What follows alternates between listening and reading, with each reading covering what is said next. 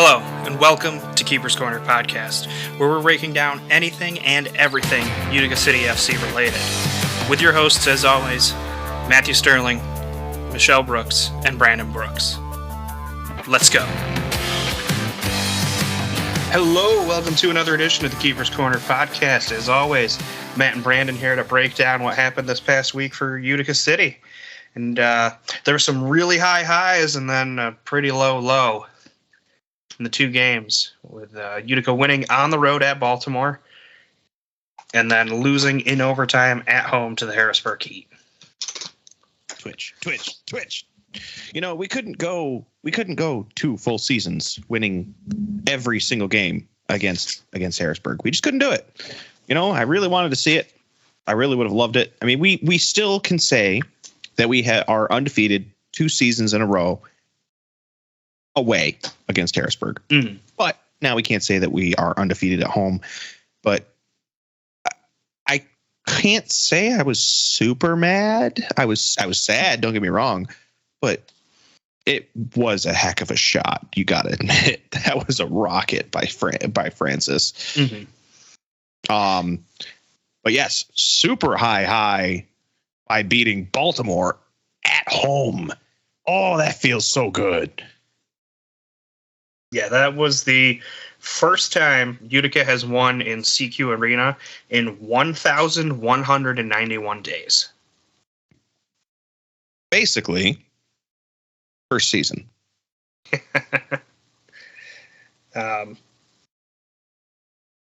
was also the first road win of the season at a team that wasn't Harrisburg, which is big. It is big because that's all we had last year was basically wins against Harrisburg for the most part. So, mm-hmm. And it surpassed our point total from the previous year. Yes, it did, because we ended. I listen, I did my homework and now I don't remember the number. We had 28 points last year. We now have 31 thanks to that overtime loss. So technically we surpassed it in Baltimore. Yes, we did. We surpassed it in Baltimore, and then we just added a small, half-eaten cherry on top. We couldn't get the whole cherry because we didn't earn it. It's like you went to put whipped cream on the sundae, and you realized that someone had just been doing whippets, so there was nothing in there to help it out, and it just kind of dribbled out instead.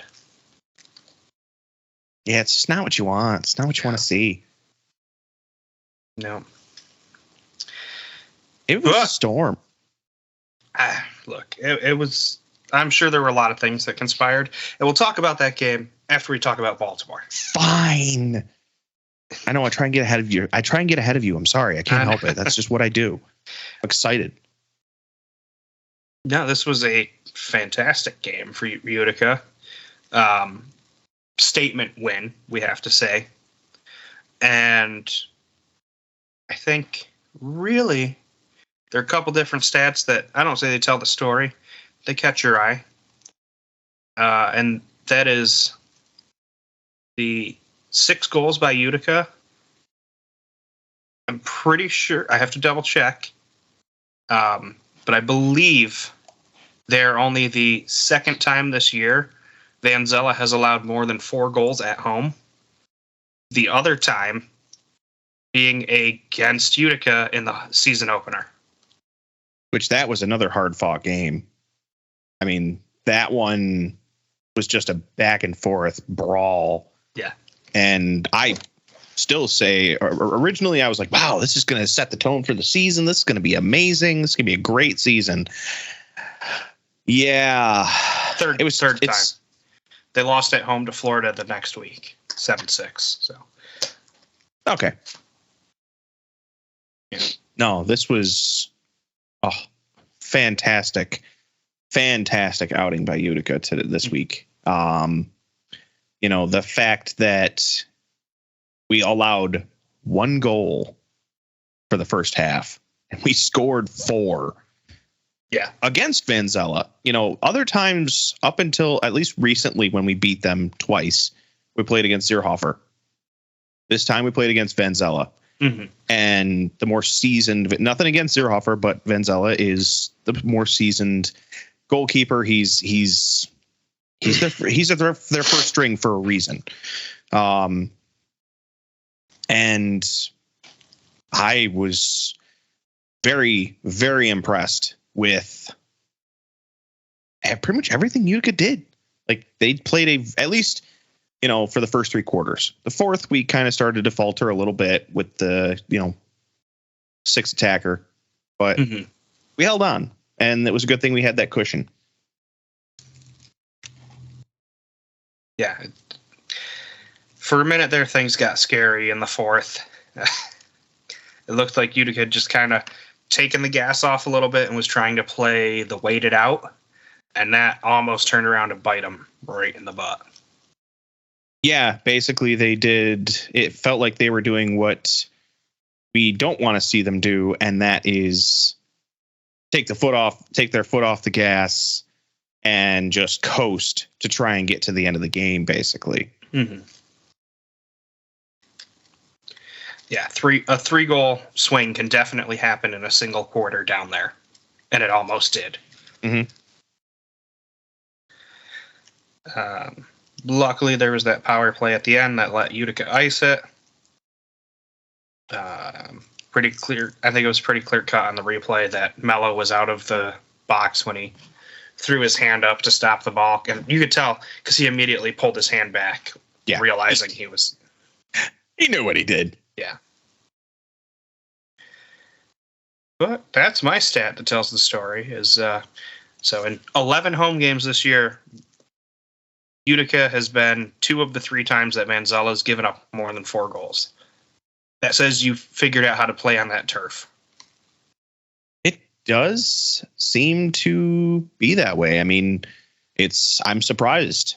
Again, Baltimore is, of course, a smaller field, but it's also a very different. I feel like it's a different environment down there. It's an intense environment similar to the Odd. However, it's hostile to you compared to supportive like it is in the Odd. Which, I mean, that's called home field advantage. Duh. I mean, I already told my stat. Yeah. Mine was the fact that we were able to have a 3-goal lead and keep them to 1 in the first half. I mean, that shows that which the first thing that I noticed in the first quarter, possession. We had so much possession in the first quarter. Now, granted, we didn't do a lot with it initially because we had a ton of possession and then they scored. And that was frustrating to say the least. But I was very impressed with how much possession we had throughout this game. We held that ball and we made them work to get it back. And if they did get it from us, we were able to recover. That was really nice to see. And it just shows that they've been working at it. Mm-hmm. Yeah, it's been a welcome thing to see that as the season turns on. Yeah, especially here in these very late part of the season. Yeah, it's definitely turning into a nail biter season. I mean, the East, which I know you'll talk about, is just so close for all of the teams that are still in the race for the playoffs. It's so close between them all that it's just every game is like a nail biter. Yeah. Do you have a play that changed the game in your opinion, Down? Yes. Okay. Yes, I do. So it is our very, very, very first goal. Okay. The goal that was scored, I believe it was credited to Swift, and I have to confirm this. Because it was credited to Nilton. With Steve Fernandez having the assist on it. This thing went everywhere. But there was persistence on the ball because it was Keaton, Fernandez, Nilton, and Swift that took so many shots against Venzella. But here's the thing. They kept on it. They kept going over and over and over, shooting this ball so many times. I'm actually rewatching it again right now. Swift shoots 1. Keaton shoots 2. Milton shoots 3. Keaton shoots it across again 4. Fernandez shoots 5. And then finally, Milton puts it away in the 6th shot. There was 6 shots in probably 10. No, I'm sorry. It was like 10 to 15 seconds, right around there. Like there was so many. There was just so many that it's hard. It was so hard to keep track of. Like, that's why I had to rewatch it again just now to try and figure out how many shots we actually took. Now, that is a little bit of credit on Venzella's part, because he blocked a couple of those. A couple of them went wide, off the crossbar, off to the side. Yeah. But man, the persistence just set the tone for the rest of the game for me. The fact that we were like, okay, we're hungry for this. We want this. We're not just going to give up. We're not just going to kick the ball into his arms. And we're going to keep going until we get the ball in the back of the net. And that's what we needed to see. So it was just even more of a statement by doing exactly that, just hammering away until we got the ball in the net. Yeah, that never quit attitude is something that this team has really developed, and hopefully it sticks around all 4 quarters of every game. Because we saw it again on Sunday with Newton's goal, where he missed once, he got his own rebound. He missed twice, he got his own rebound. Put it in on the 3rd attempt. Yeah. But just stick-to-itiveness. Like, that has been one of my gripes for for at least the first half of the season, we'll say, was follow-ups. You got to follow the shots up. Yeah, no one crashing the box to. And they are absolutely doing it. Like, absolutely. And it's no better time than now. Yeah, so my play also goes back to the first quarter. And it was after Utica had gone up 2-1. And there was the 3-line violation. And you got Mello distributing it. Lays it out. Looks like Roque is going to get it. And then he just lets it go by to go to Donatelli for a fake. Yep. A little trick play. And I think it was Isak steps in right there and just breaks it up. Given how much trouble we've had from stopping their set pieces, especially on that small field at CQ Arena, to stop that one and keep it from going back even at 2-2 is huge. It's not just theirs. It's a lot of the set pieces. Like, we've done this. We've had the same issues with, like, Florida. We suffered against Florida's set pieces. We've suffered against, really, like I said, any of the set pieces. Like, they pass it across, they go to the back corner, and it's in. Yeah. But that was obviously a big, big win for Utica. And I think the team was probably riding a little too high before they came into Sunday's game. I was a little afraid of that. We know it's tough. You play down in Baltimore. You have to travel back overnight up to Utica, and just say Utica wasn't the only one with some tough travel this weekend. Talk about that after the recap, because it does affect playoff standings. And come out and just, you hear, okay, Gordy's out of the game. Nate, game time decision, also out of the game. Steve Merker gets his first start for first game action for Utica this season. Yep. He'd been playing down for the Muskegon Risers in M2. 7 goals in 9 games, or 7 points in 7 games down there. Only his second MASL game, so that tells you how thin the bench is. If we're not going to like a Ricky or a Gio or an Right. Alex or Keaton again. Steven Fernandez didn't play this game after playing in Baltimore the night before. It was definitely a deep next man up, for sure. And, unfortunately, Utica couldn't get it done. I will say the positive is, again, that never say die attitude, because to score with 14 seconds left, and oh my lord, it's the first time this season the sixth attacker hasn't killed us. Yep. We were able to capitalize. That's got to be the positive takeaways from this is, you're down, but you're not out. Mm-hmm. And you didn't give up an empty netter. Nope. Even though you failed to convert on the power play there. Yeah, that was unfortunate. It was one of those things like, oh man, we got a power play opportunity. We've done okay this season. For a while there, we weren't doing great. Then we started really capitalizing on them and, really jumped up in the league there. Yeah.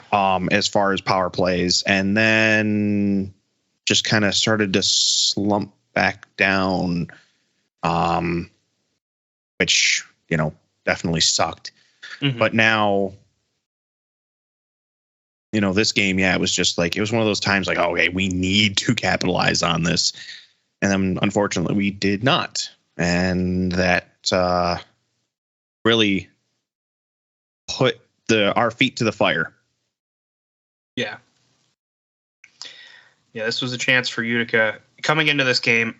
If they had won in regulation and St. Louis lost in regulation, which St. Louis ended up winning in overtime, so it didn't matter. Yep. But those 3 points would have been very big versus the 1 point that we got. Now, Correct. Granted, 1 point's better than none, absolutely. It's only the first time Utica's lost in overtime this year. But it's still, you would have liked to see a bit of a cleaner game all around. Yeah, being able to take 6 points on the weekend would have been huge, and it would have just been amazing. Like saying, hey, we got 4 points from an overtime loss at Baltimore and then winning at home against Harrisburg. Mm-hmm. Okay, yeah, that's about what I expect. That's a fine weekend. Yeah. Saying we got 4 points from finally winning in Baltimore and then losing at home in overtime against Harrisburg, who had not won on the road all year. Yeah. It doesn't taste the same. You realize that we've given two teams their only road win this year? Harrisburg and St. Louis. Oh, there you go. The two teams. Go. We are their only home wins, or only away wins this season. I mean, I did say it last week. I didn't know what was scarier for Harrisburg. A team coming in, clawing to the dying hope that they were going to have any chance at the playoffs, or a team that was just like, all right, we can't make playoffs. Let's go ruin it for someone else. Yep. And I think we saw latter. The latter one was the bigger threat. Yeah, we did. We did. So, Brandon, do you have any positive takeaways from this game? So, I think, honestly, I was really trying to fish for what I felt was a positive takeaway, besides what you had already said, which was the fact that we had that never say die attitude. We were able to score literally with like 14 seconds left, which was it was such an awesome thing to see. I think honestly though, because I didn't feel like we were very strong on defense. We were getting tired from the weekend. You could tell. And we just couldn't. We could finish, but it took a lot of work to get there. I honestly think one of my best takeaways is the fact that that we got Toby to score. The fact that Toby scored for us was awesome, but I mean, it was just not a great game. It really was not our best. And for the next couple games, we need to bring our best. Yeah, that was let's see, Hundelt had the only block for the team on Sunday. Yeah. Toby, that was his first goal since March 11th, 2020, which was the very last game played before everything shut down.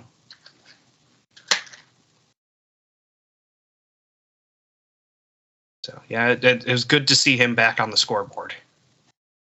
I mean, he's been on the board, just not on the scoreboard, because he's been blocking shots like a madman. Like he's almost always there. Like, you shoot the ball, no, it's Toby. Mm-hmm. Yeah, weird to see that he didn't have any blocked shots. Yeah. Same with Steph. Nothing for Stefan. Nothing for Toby, nothing for Logan Roberts, who he was finally back. Didn't play a ton, but he was back. Yes. I may or may not have known he was going to be back this weekend.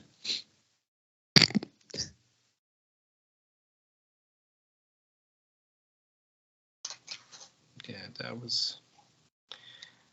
Yeah, I mean, obviously you say, our finishing needs to change. Our defense really, I'll be honest, once the announcements were made of who was going to miss the game, I'm like, all right, this is one where their defense needs to step up and be as dominant as the offense has been at times this year. Yeah. And they just weren't. There were a couple defensive breakdowns that led to goals. And I don't know, I just had a bad feeling in my stomach the whole time during this game that something was going to go wrong, and it did. I honestly feel like maybe we did go into this one a little cocky, and we weren't concerned, as we didn't think that we needed to be on our A game on defense. Mm-hmm. And so we went full on offense, and that includes our defenders. Like, that includes Steph, that includes Toby. I mean, instead of being, somewhat more back on defense, I mean, he was up there scoring a goal. Mm-hmm. Well, at that point, everyone was up there. So accurate. But no, I'm not going to say that we were writing off Harrisburg, because we're not going to write off any team. I know that these guys aren't going to, but subconsciously, I think maybe they did a little bit. And I think they just kind of got a little bit complacent with the fact that we had beaten them every game this season. And it was just like, oh, it's at home. We do great at home. Oh, it's Harrisburg. We do great against Harrisburg.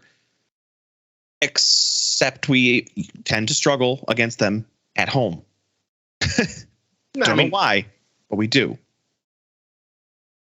After that game, 4 of the 6 games were 1-goal games. 2 were overtime games. And then 1 we blew them out. Yeah. By like 3.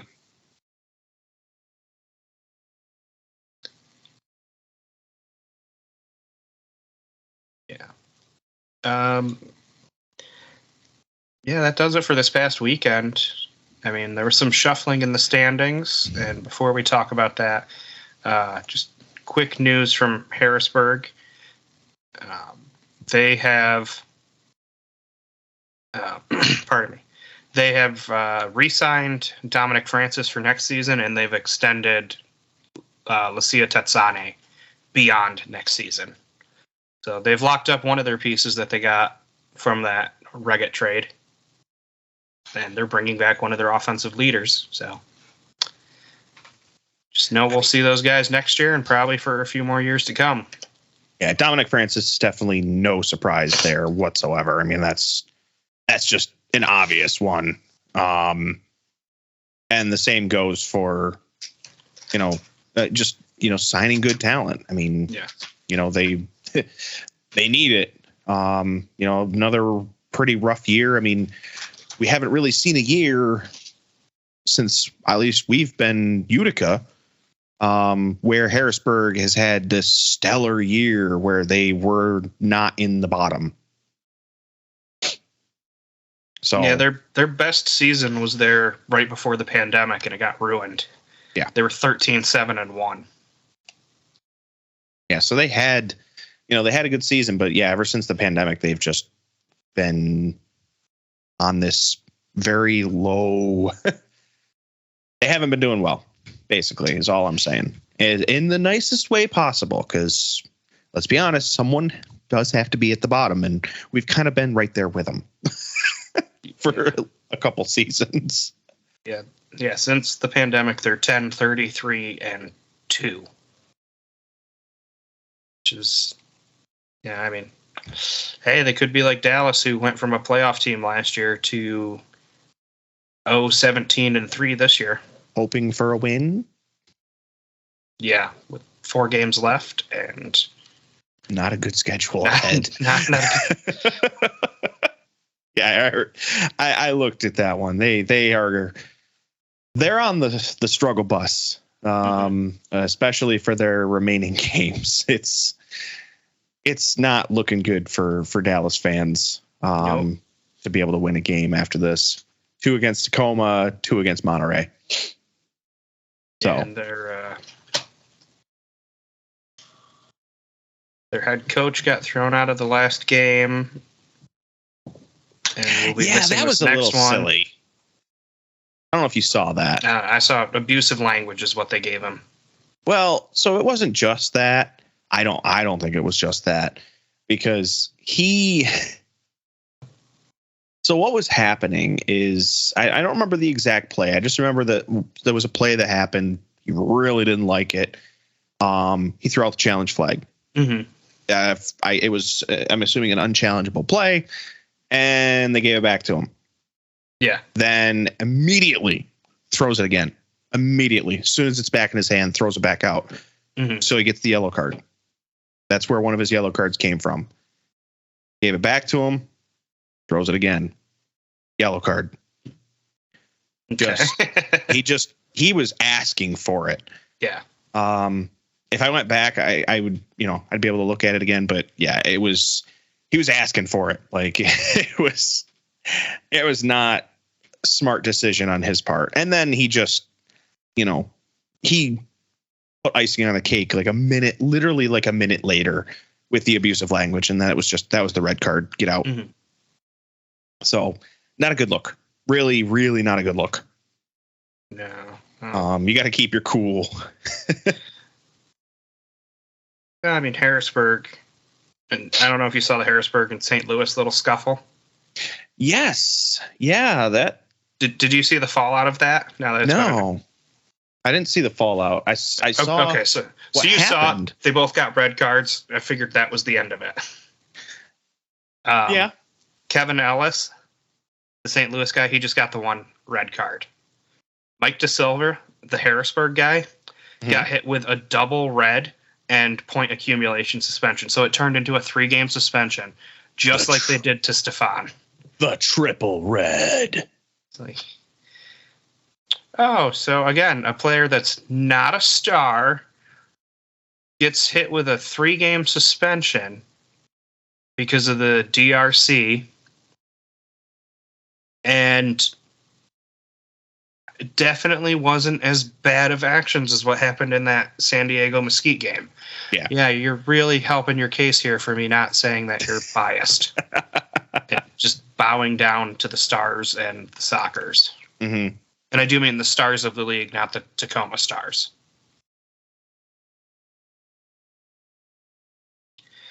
It's head scratching sometimes. Yeah. But I guess we should talk about the standings here, since there are 2 games left for Utica, 3 games or 2 games left for everyone in the East, and only Harrisburg has been eliminated.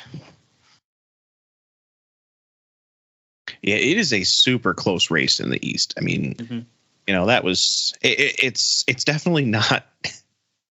It's not kind of, we'll say, set in stone as it is in the West. I mean, the West has clear winners and losers, we'll say. Yeah. There's a little bit of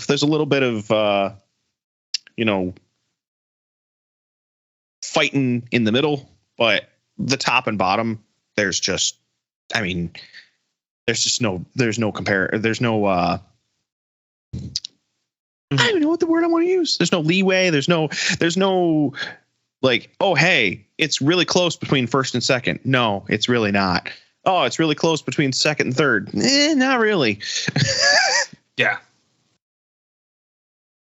But in the East, it's so tight packed. Yeah, there's really no one that's come out and said, hey, I am going to be the number one team. Milwaukee's there, one. And they'll probably remain there if I had to put my money on it, but we'll see about that. Baltimore's barking at their heels. Florida's got a pretty easy stretch here to end the year. Except for one game. Hopefully, except for one game. But we're not going to make it. We better not make it easy for them. But at this point, we're probably asking, hey, where's Utica and how do they lock up a playoff game? The easiest way to say that is to win. Not one game. Just win them both. No questions asked. Ain't no concerns. You don't have to worry about what anyone else does. Are you going to be talking stats? Yeah, I'm going to talk a little bit about some stats and numbers here. Does that mean we're getting Matt the Stat Man?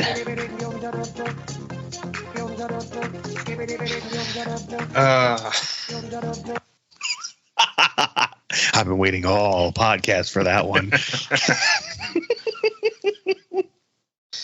Oh, you've had that in your back pocket and just. I've been waiting. I've been anxiously waiting. Let's talk playoffs. Hit me with it. Okay, so like I said, easiest thing to say, Utica, you win your 2 games, you don't got to worry about anything. However, those 2 games are at Florida and at home against Baltimore. Yes. Kansas City is only 2 points behind at 29. They got 2 games left. Their 2 games are against Harrisburg at home and then Harrisburg on the road. And then St. Louis is 6 points behind Utica, but they have 3 games left. And they play at Milwaukee and then at Florida and then at Florida. Which none out of those 2 teams, St. Louis, 3 teams, Kansas City, St. Louis, and Harrisburg, none of them have a great road record. I mean, really, no one in the East does. No one has a winning record on the road in the East. Right. But we at least have a better one than all of them. We don't have 10 wins at home and nothing on the road. Yeah. We at least have 4 wins on the road, coming from Harrisburg, Baltimore, and Harrisburg. Yeah, I was going to say Harrisburg, Baltimore, Harrisburg, and Harrisburg. Yeah. But if we can win in Baltimore, you can win just about anywhere. Mm-hmm. That is a tough field. That is a tough environment. And of course, our one away game, as you said, was Florida, another place that we've struggled. But I see what I said first. If you can win in Baltimore, you can win anywhere. Yeah. So obviously, we don't want to be in the same situation last year where we're waiting at the end of the season to see if one team beats another one so we can sneak in. No. So easiest way, win these 2 games, we're in. Win 1 in regulation, win 1 in overtime, and you're in. We'll put it that way. Yeah. At least to the play-in game. Probably not going to pass Florida. Even if you beat them, there's a pretty good chance Florida takes 1 point out of possible 6 against St. Louis. Yeah. So they're staying ahead of you. Baltimore's games are a little bit more up in the air. They travel to Mesquite. And as we know, Baltimore, not good on the road, especially not good on those bumpy dirt fields that are just turfed over. See their record at Harrisburg. Yeah. Yep. But then they come home to play Mesquite, where they have been dominant this year, outside of 2 games. Right. And then they go on the road and come up to our wonderful Adirondack Bank Center to end the season. Which we will heckle you relentlessly. It's what we do. But if they get 2 points, they're still ahead of us. Yeah, it doesn't take much. No. For them to stay ahead at all. And Milwaukee, we cannot catch. Nope. Not a chance. Not enough games. Not enough points. If Milwaukee gets the win this weekend in regulation and Harrisburg loses against Mesquite on Saturday, that's it. Milwaukee's locked up the 1 seed in the East. If St. Louis loses in regulation to Milwaukee on Sunday, which their game starts an hour before Utica's, if that happens, they aren't eliminated because Kansas City had things happen this week, which we'll talk about quickly. But they can't beat Utica. The most they can do is 31 points that ties us. And then we have them on the first tiebreaker because the best they can do is 7 regulation wins, and Utica already has 8 of them. So if St. Louis loses, Utica's in the playoffs. Yeah, if it comes down to if Utica drops back to 5th and St. Louis is 6th, even if they have the same amount of points, we still lock up the fifth spot. Mm-hmm.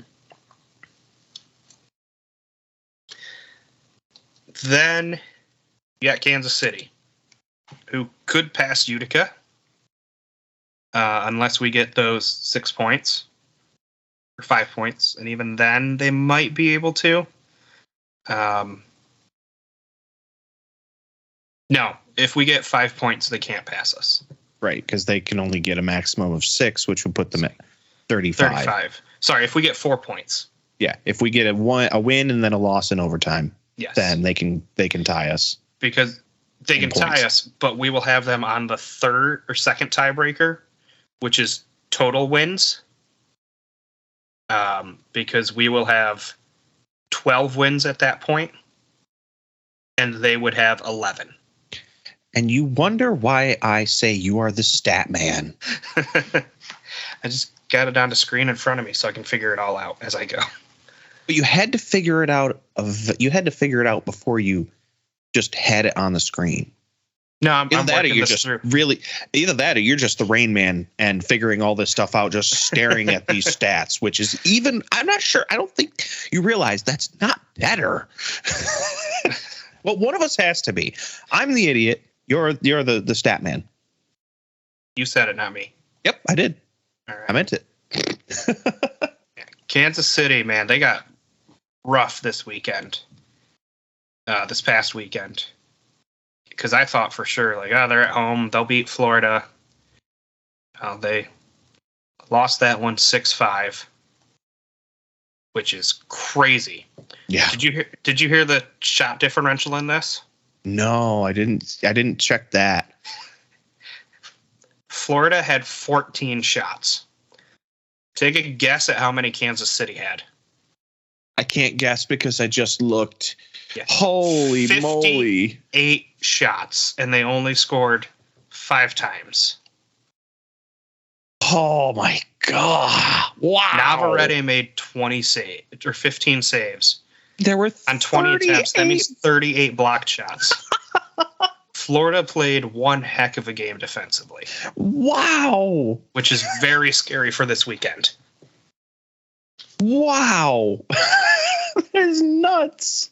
Have we seen a game like it where for anyone in this league, have we seen anyone with 58 shots? Maybe Chihuahua down on their field, but off the top of my head, I'm not sure. Wow. Yeah, big swing of a game there to keep Kansas City behind Utica, let us jump up into 4th place. Mm-hmm. Then they went on the road, had to play Baltimore. Did you hear about what happened there? No, I didn't hear about that. Okay. I must listen. Say what you want, but when Baltimore's playing and we're not playing them, I'm not watching. Specifically when they're at home. Fair enough. And you know why? Yes. I didn't watch them either, but I got it through social media because it was just a crazy thing that happened.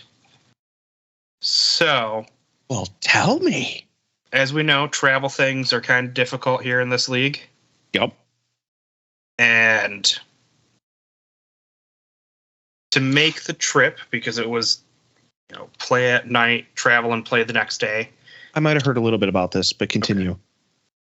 So Kansas City had to split up their team onto multiple flights just to get to Baltimore to begin with. Yep. And then there were either delays or cancellations that screwed things up even more. And the game gets pushed back an hour.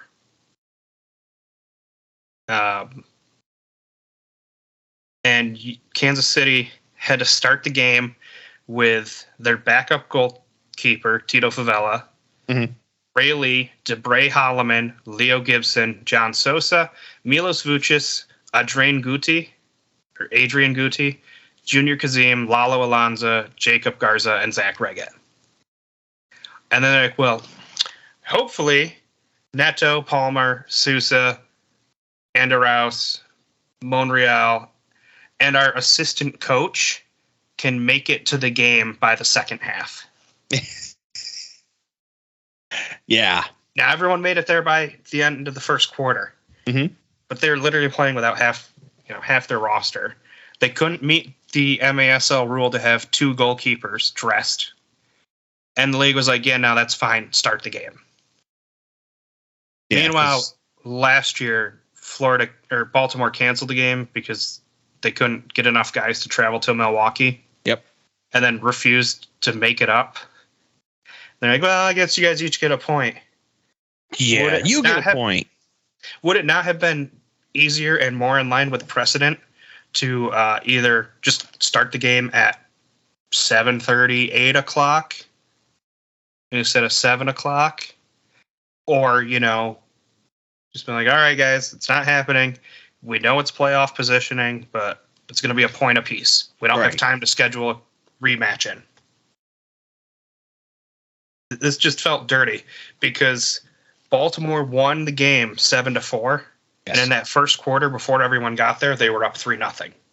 So the rest of the game, it was even. Yep. Yeah. I mean, I saw the score when it was, initially 3-0. And that's when I was like, yeah, I'm not watching this. Mm-hmm. But I didn't know necessarily the backstory. I did hear through the grapevine about, some of the travel delays and whatnot. But yeah, I didn't know the full extent of it. Yeah, it's not a good look for the league to let that happen. Not particularly, but I mean, it's not a great look for some of the other stuff that we've had too. Like, from an outsider perspective, I actually have some friends that I've actually gotten into the league mm-hmm. from overseas. And one of their biggest things is the field size differences. Mm-hmm. The fact that there's no regulation on them, and that it's just, oh yeah, you could have a couple of them at least one in each division, that the field size is different. Yeah. Like that drives them significantly up a wall. Different. Yeah, because I mean, they know outdoor soccer and they know how much regulation is around that, and yet they're like, basically, I mean, they've literally said, if you want to grow, if they want this league to grow, there needs to be more regulation around that stuff. Mm-hmm. And that's just from a complete outsider perspective that's never actually seen a game in person and has only seen it when we've watched it on Twitch. Yeah. So that says something. So we need precedents. We need. Speaking of precedents, actually, you just reminded me of one. Mm-hmm. Remember when remember, I believe it was who was playing? Was it Florida or was it KC in Baltimore or was it Florida and KC? I don't remember. Basically, the ball didn't come to rest. Oh, the week before when it was in Kansas City playing? Yes, and it was allowed to be challenged, and the goal got overturned because of it. Same thing happened with, wasn't it Baltimore and Utica? Yes. Yeah, it was Baltimore and Utica.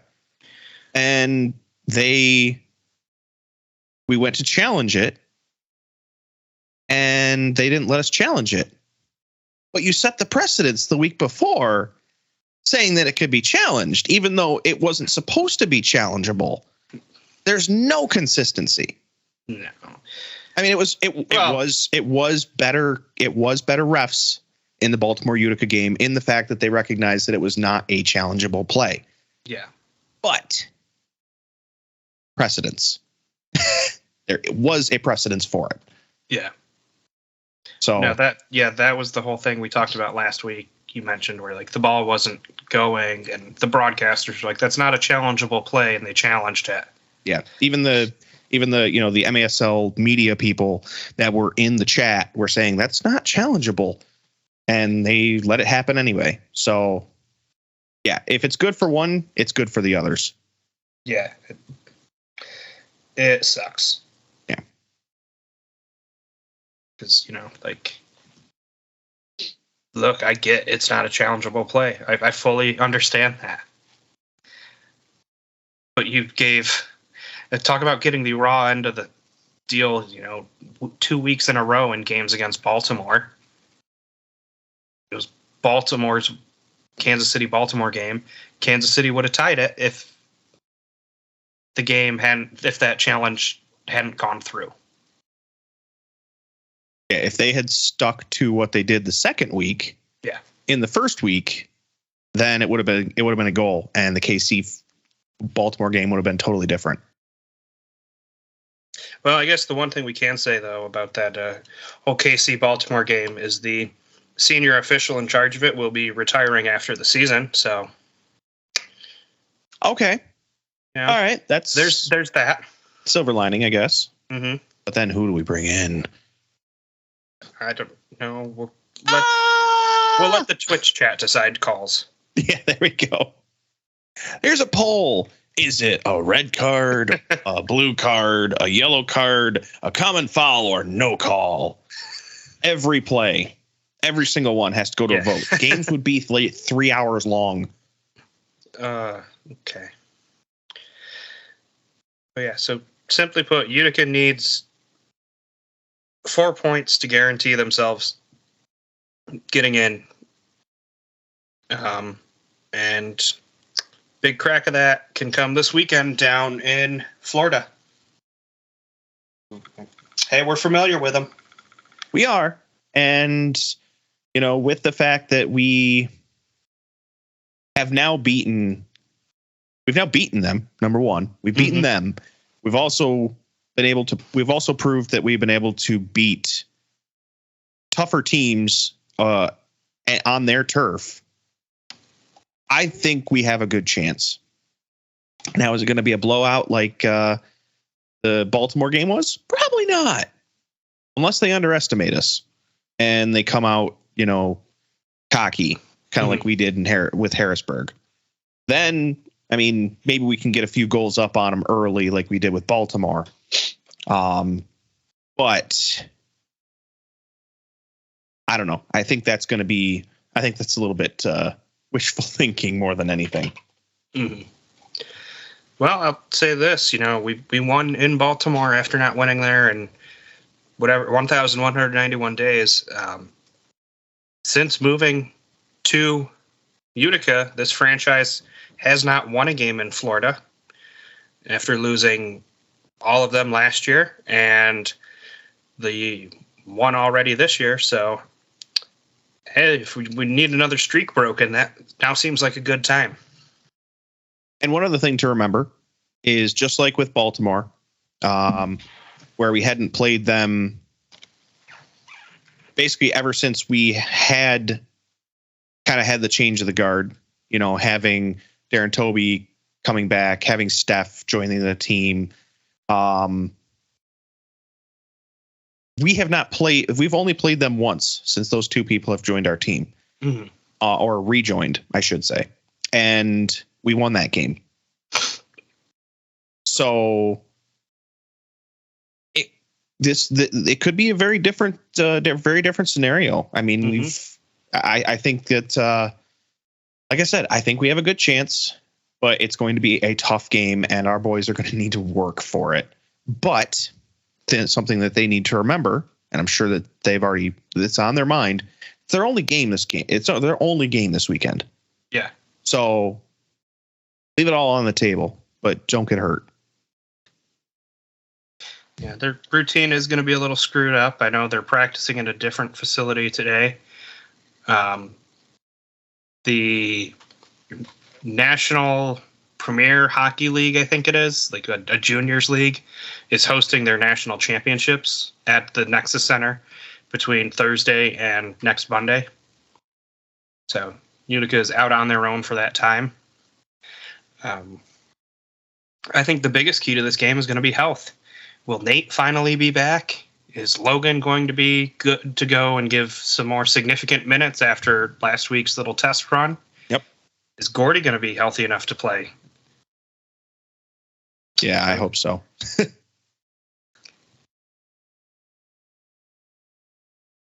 Really hope so.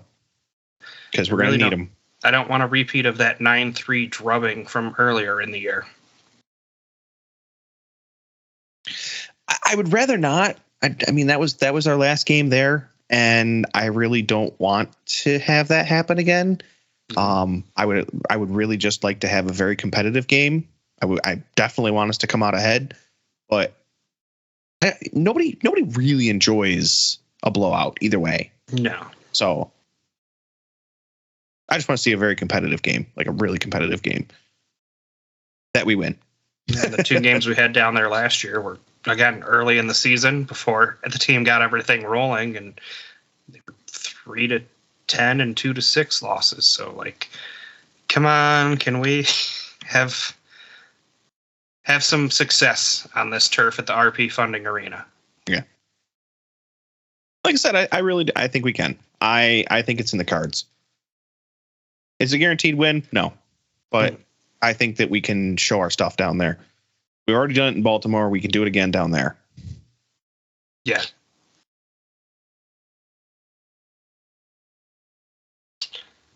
Well, Brandon, anything else you want to add this week? No, I think that's about it. Okay. Let's go Utica. Let's get a win down there. Let's get those 3 points. Let's lock up some playoffs, and let's hope that if we do end up in the play-in game, it's on our own turf at the Odd. That's all we can ask for. Absolutely. All right. To everyone that listened, thank you. Go Utica. Dogs.